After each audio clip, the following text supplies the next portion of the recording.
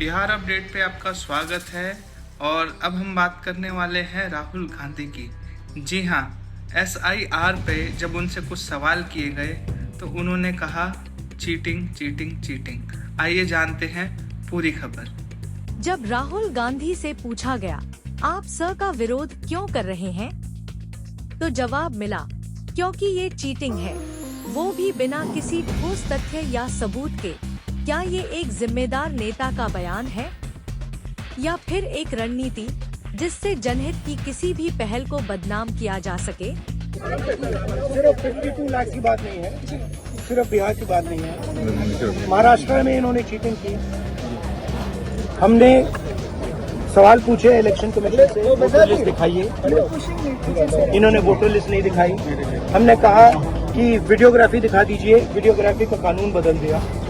1 करोड़ नए वोटर्स आए थे महाराष्ट्र में और इलेक्शन चोरी किया। कर्नाटक में हमने रिसर्च की है थोड़ी, कर्नाटक में हमने भयंकर चोरी पकड़ी है।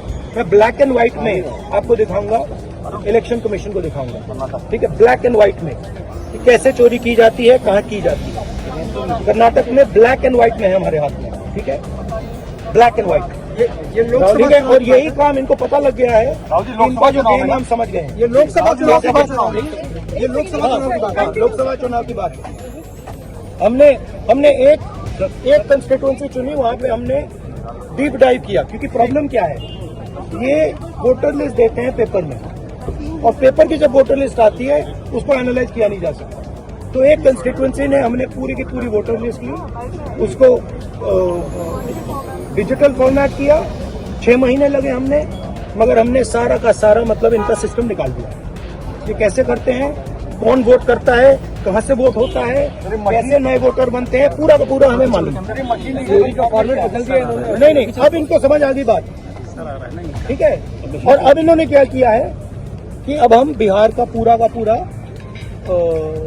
सिस्टम नए तरीके से करेंगे, वोटर डिलीट करेंगे और नए तरीके से वोटर लिस्ट लाएंगे।